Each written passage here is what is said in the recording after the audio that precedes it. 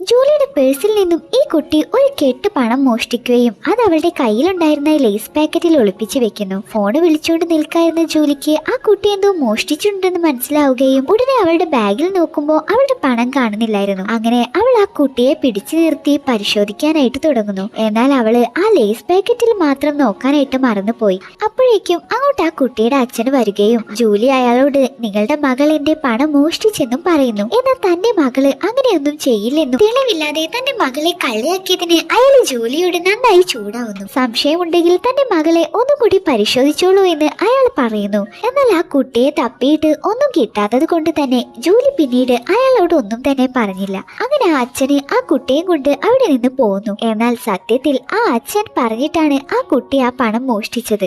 പിന്നീട് ആ കുട്ടിയും അച്ഛനും ആ പണവും എടുത്തുകൊണ്ട് പാർക്കിലിരിക്കുന്ന ഒരാളുടെ അടുത്തേക്ക് പോവുകയും അയാളുടെ കയ്യിൽ ആ പണം കൊടുക്കുകയും ചെയ്യുന്നു. കാരണം യഥാർത്ഥത്തിൽ ആ പണം ഇയാളുടേതായിരുന്നു. അയാളുടെ അമ്മയുടെ ചികിത്സയ്ക്ക് വേണ്ടിയിട്ട് അയാൾ എങ്ങനെയൊക്കെയോ സംഘടിപ്പിച്ചതായിരുന്നു ഈ പണം. കുറച്ചു മുൻപ് പാർക്കിൽ വെച്ച് ജൂലി ഈ പണം അടിച്ചു മാറ്റുന്നത് ഈ അച്ഛനും മകളും കണ്ടിരുന്നു. അങ്ങനെ കള്ളിപ്പെണ്ണിന്റെ കയ്യിൽ നിന്ന് യഥാർത്ഥ ഉടമസ്ഥന്റെ കയ്യിൽ തന്നെയാണ് ഈ അച്ഛനും മകളും ആ പണം ഏൽപ്പിച്ചത്.